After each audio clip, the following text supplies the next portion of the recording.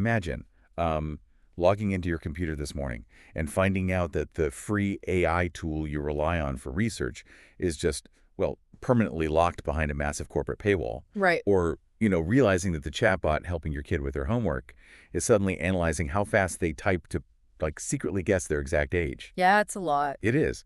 Because today is August 18th, 2026, and you're looking at the exact 24-hour window where the Wild West of artificial intelligence officially closed its doors. Mm-hmm.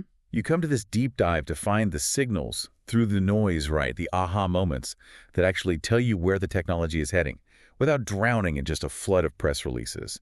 And our mission today is to unpack a massive news day where AI is fundamentally shifting from a chaotic tech demo into a heavily regulated, globally commoditized utility. That's exactly what we're seeing. So our stack of sources today comes from the Daily Tech Reader's AI edition. We're looking at everything from Apple's leaked wearable hardware to global policy shifts to this brutal open-weight price war that is literally rewriting the economics of the internet. Okay, let's unpack this. Where do we even begin to make sense of a day like August 18th? Well, we have to start by looking at where the system is breaking down. And right now, the primary bottleneck dictating every single move these companies make is the collision between rapid AI deployment and youth safety. Yeah, I'm tracking with you because the first major headline today is OpenAI officially launching ChatGPT for teens. Right. They're rolling out this dedicated experience specifically for users ages 13 to 17. The source outlines strict content restrictions, mandatory break reminders, and this new study mode, which is cool because it guides students toward answers instead of just, writing the whole essay for them. Yeah, and that is a total paradigm shift from just a few years ago. I mean, in the early days of generative AI, the whole novelty was that the model would instantly spit out a completed 5-paragraph essay on the French Revolution. Right, totally. Now the companies are manually inserting friction into the product. They're slowing it down on purpose. I look at this kind of like a teenager who just got their driver's license. Okay, yeah. For a few years, the car was incredibly fast, there were no rules, and everyone was just seeing what it could do. Suddenly, the regulators, who are basically the panicked parents in this scenario, are frantically running behind the car, installing speed limiters, tracking apps, strict curfews. That's a great way to look at it. But looking at the OpenAI announcement, there is a technical detail that really caught my eye. They are deploying an automated AI age prediction system. If the AI suspects a user is a minor, it forces them into this restricted teens tier. But hold on, I'm trying to picture the mechanics of this. How does an AI accurately predict someone's age without reading all their private messages and being incredibly invasive? Yeah, it's a very delicate balance. Because to protect user privacy, a tech company theoretically shouldn't be monitoring everything you do. Right. But to enforce strict safety protocols, they have to know exactly who is sitting on the other side of the screen. So rather than reading the personal content of a message, the AI systems analyze behavioral and probabilistic signals. Wait, what does that mean in practice? Well, they look at things like your typing speed, your syntax, the complexity of your vocabulary, and the structural patterns of the queries you make. Oh, wow. Yeah, so if an account suddenly starts asking a sequence of questions typical of, say, a middle school earth science curriculum, the model probabilistically flags the account as belonging to a minor. So it's less about reading your diary and more about analyzing the rhythm and context of how you interact with the machine. Precisely. And what's fascinating here is the timing of this deployment. OpenAI is launching this aggressive, proactive safety system on the exact same day that Meta is walking into a courtroom to face a 29-state trial over alleged harms to young users. I mean, a 29-state trial is not just a minor legal headache. That is a systemic challenge to Meta's entire social media and AI chatbot model. It absolutely is. And if you look at the mechanics of the industry right now, Meta is fighting a reactive battle. They built the platforms, the alleged harm occurred, and now they're defending their past actions in court. Right. OpenAI, on the other hand, is looking at that courtroom and realizing that if they don't lock down their systems and self-regulate immediately, lawmakers will just regulate them out of existence. Proactive safety is now a corporate survival tactic. And we are seeing that preemptive lockdown extend way beyond just youth safety. According to the stack, Anthropic is now globally enforcing invisible text watermarks and C2PA metadata in all of their Claude models. Yes. 0 opt-outs allowed. The source says this is to comply with Article 50 of the EU AI Act. Meanwhile, OpenAI just had to tighten controls on its new Astra model because cybersecurity tests flagged it for critical dangerous capabilities. Right, the landscape is shifting fast. Let's break down that Anthropic move for the listener. What exactly is C2PA metadata, and why is forcing it globally such a huge deal? So it is a massive shift in accountability. Historically, if you generated an AI image or text, you might just slap a visible watermark on it. Which anyone could just crop out, right? Exactly. Anyone with basic photo editing software could remove it in seconds. But C2PA metadata is completely different. It's a cryptographic standard. Okay. It essentially binds a digital immutable fingerprint directly into the code of the file itself. It tracks the origin of the content, mathematically proving it was generated by an AI. Wow. Yeah, and by forcing this cryptographically secured metadata globally, Anthropic is treating compliance with European law as the default baseline for the entire planet. They recognize that to deploy AI at scale, the origin of the content must be mathematically verifiable everywhere. So the AI giants are suddenly playing by a very strict, heavily engineered new rulebook. But I mean, if these companies have to spend billions on cryptographic metadata, behavioral age prediction, and massive legal defenses, it seems to me they have to recoup those costs somehow. Oh, absolutely. They don't just have to recoup the safety costs. They have to justify the trillions of dollars in market valuation that Wall Street has placed on them. Right. And the only way to squeeze that kind of revenue out of the market is to embed AI so deeply into the tools you use for work and school that you physically cannot function without it. Which brings us to this. If you were listening to us on your computer right now or maybe working in an office, this next segment directly impacts your workflow. Microsoft just rolled out what they're calling the Unified Copilot app. They're merging their consumer and Microsoft 365 versions. But to do this, they are permanently retiring a whole suite of free tier features. Yeah, a lot of things are going away. Say goodbye to deep research, AI-generated podcasts, Copilot Labs, and group chat for the everyday free user. At the same time, CEO Satya Nadella confirmed their massive Copilot super app is coming by late September, combining chat, cowork, and GitHub Copilot. It's the ultimate consolidation play. They are corralling everything into enterprise subscription packages. Wait, I have to push back on the logic of this. Isn't taking away tools like deep research and AI podcasts from free users a massive step backward for the industry? I can see why it feels that way. Because for the last 3 years, the magic of this technology was that anyone with a laptop could access world-class AI capabilities. Are companies like Microsoft just abandoning the everyday learner to chase high-paying corporate clients? Well, I understand why it feels like a huge loss. But if we connect this to the bigger picture, this is the inevitable life cycle of any revolutionary technology. The era of throwing wildly expensive experimental AI at the wall for free is officially over. Okay, why though? We need to look at the mechanics of compute costs. Training an AI model is like building a billion-dollar factory. It is a massive, one-time capital expense. Right. But inference, which is the act of the AI actually generating an answer for a user in real time, that is like paying an astronomical electricity bill to keep that factory's machines running every single time someone types a prompt. Wow, okay. Yeah, Microsoft has realized they just cannot keep paying the electric bill for millions of casual free-tier users. The math simply does not work without enterprise subscription revenue. That actually makes perfect sense of the math. Yeah. And it also explains why Microsoft is rolling out DLP, that's data loss prevention controls for Copilot Drive today, alongside agent governance. Exactly. Because enterprise clients like banks, hospitals, and law firms are not going to pay thousands of dollars for a Copilot super app if there's even a fractional risk that the AI might hallucinate proprietary code into a public space. Or accidentally summarize a confidential client email and leak it. Right. Microsoft has to build ironclad guardrails before they can charge that enterprise premium. And we are seeing Google run the exact same playbook. They just completed the rollout of Gemini in Google Classroom for mobile today, complete with under 18 admin controls. Plus, a new Gemini side panel specifically designed for workspace administrators. Yeah, it's all about locking down the enterprise. But while Microsoft and Google are fighting this huge war over software subscriptions, Apple is taking a fundamentally different approach. And here's where it gets really interesting. Oh yeah, this leak. Right. Our sources highlight a leak in the macOS Tahoe 26.7 release candidate. Someone dug into the code and found a video showing Apple's new camera-equipped AirPods. The visual intelligence integration. This is a crucial pivot. I'm trying to wrap my head around this. Right. The AirPods actually have cameras built into them, utilizing what Apple calls visual intelligence. So Siri can literally look at whatever you are looking at in your physical environment, identify the objects, and save the context. We're expecting the Siri AI to officially drop next month in iOS 27. But let's pause and look at the behavioral shift here.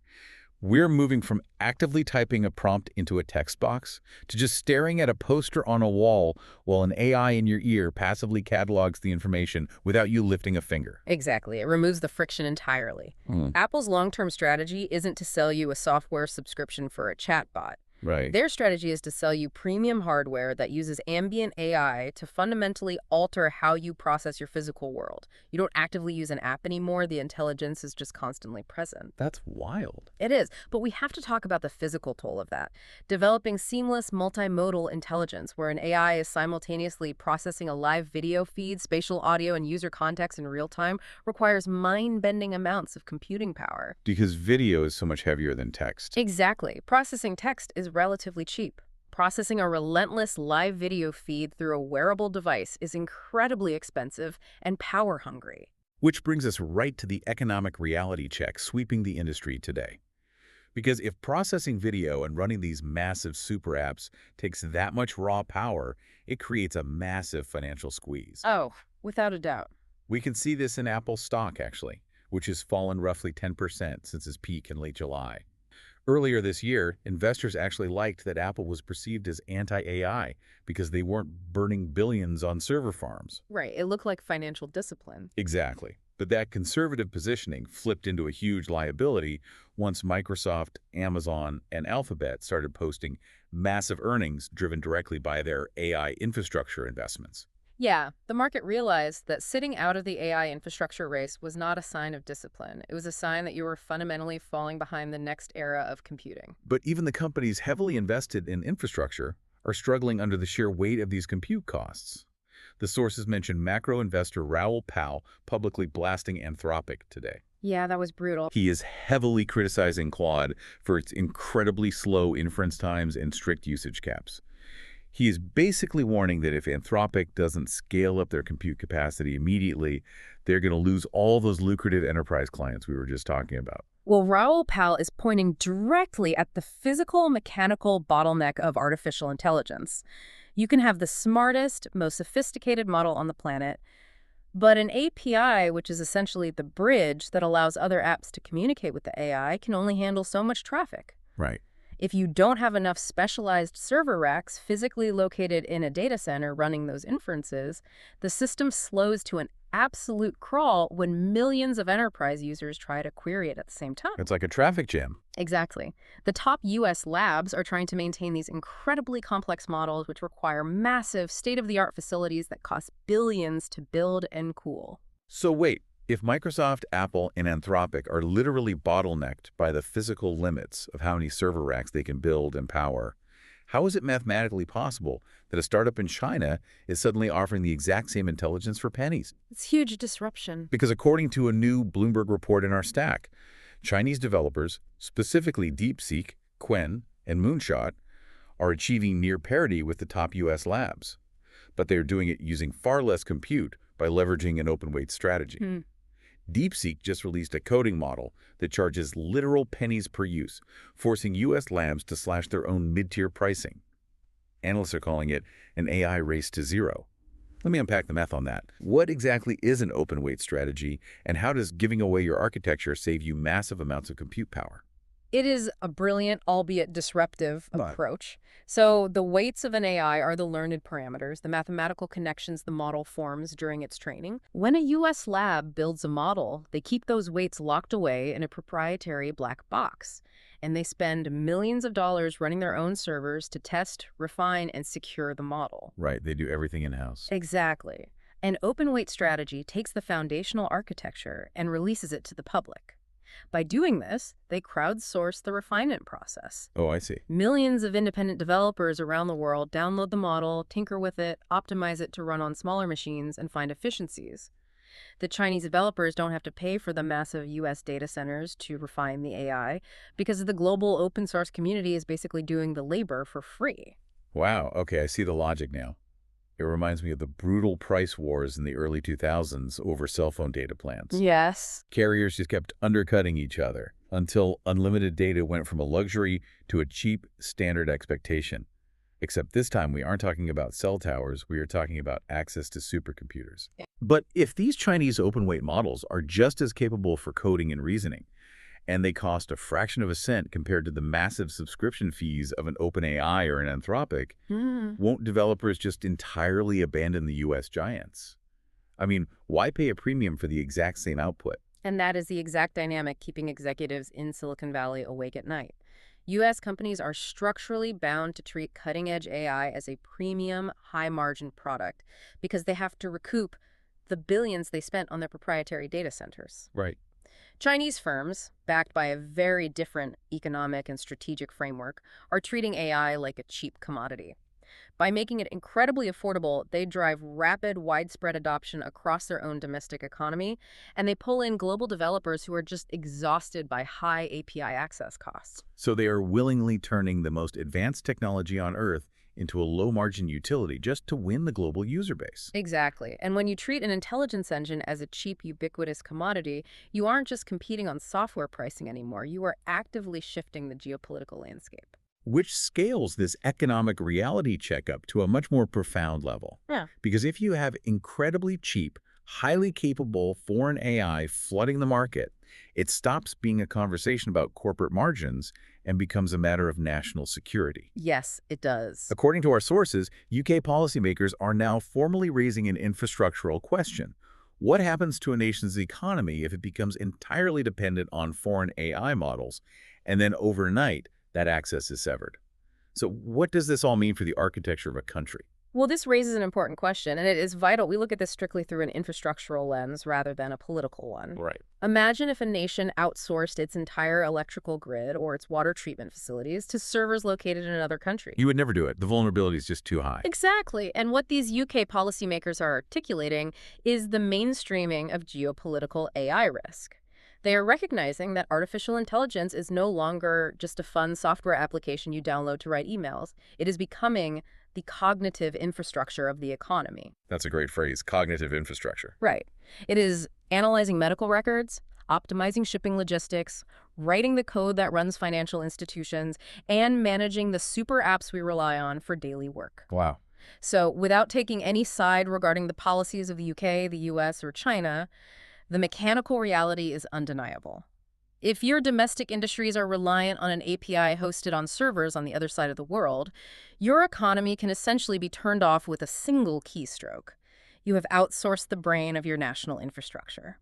If you are listening right now, thinking about the apps on your phone or the software your company uses, this is the ultimate signal for the noise of August 18, 2026. We started this deep dive looking for clarity, and it is incredibly stark.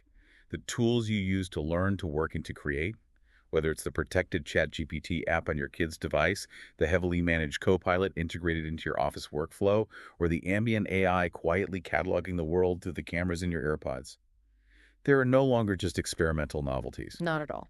They have moved to the dead center of a global tug of war. Every single prompt you type is intersecting with massive legal battles over youth safety, brutal economic price wars over computing power, and high-stakes national security debates over who controls the cognitive infrastructure of the future. We are witnessing the plumbing of the 21st century economy being laid down in real time. And just like the plumbing in your house, the ultimate goal of these tech companies is to make the technology so ubiquitous and so frictionless that you eventually stop thinking about it entirely. Which leaves us with a final thought for you to chew on long after this deep dive is over. We talked earlier about AI transitioning from a reckless teenager into an invisible, cheap commodity, much like the electricity powering your house. If artificial intelligence truly becomes ambient, so cheap, so fast, and so deeply integrated into our wearables and workspaces that we forget it is even running in the background, what happens to our own critical thinking? What happens to society when we start taking its automated answers for granted, without even knowing which country or which corporate data center generated the power? Thanks for joining us on this deep dive. We'll catch you next time.